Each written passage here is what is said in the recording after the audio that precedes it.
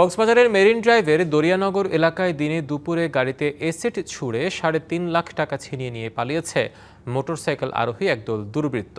ঘটনায় একজন ওসি দগ্ধ হয়েছেন এবং দুপুরে মেরিন ড্রাইভের রামু উপজেলার দরিয়ানগর প্যারাসেলিং পয়েন্ট সংলগ্ন এলাকায় এ ঘটনা ঘটে। এসি দগ্ধ যাত্রী মোহাম্মদ রফিক হাসপাতালে চিকিৎসাধীন। তিনি জানান, দুপুরে টেকনাফ থেকে ছোট ভাই জাহিদের যাত্রীবাহী কারে করে কক্সবাজারে যাচ্ছিলেন। পথে 4টি মোটরসাইকেলে 8 জন দুর্বৃত্ত গাড়িটি থামায়।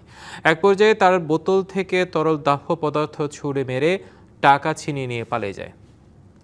সারকে মোটরসাইকেল আই ব্রেক লাগে আর গাড়ি লাগার ঘরে তারা ঠানিয়ারে শেষে লামা ফেলে লামায়ারে এসিটার উপর ফোড়া আছে কিবা মাঝে কি একটা স্ট্রাই মারছে, গাড়ি পুরাটা দোমা হয়ে গেছে। দোমা হওয়ার পর ওরা গাড়ি সব লক করে দিছে, বাইক থেকে খুলতে পারতেছি না। তারপর সামনে রেগুলার আইছে। নগদ নিয়ে এলো হার না মানা হার অফার। সর্বনিম্ন 10,000 টাকা রেমিটেন্স নগদে পাঠালে থাকছে স্বর্ণের হার জেতার সুযোগ।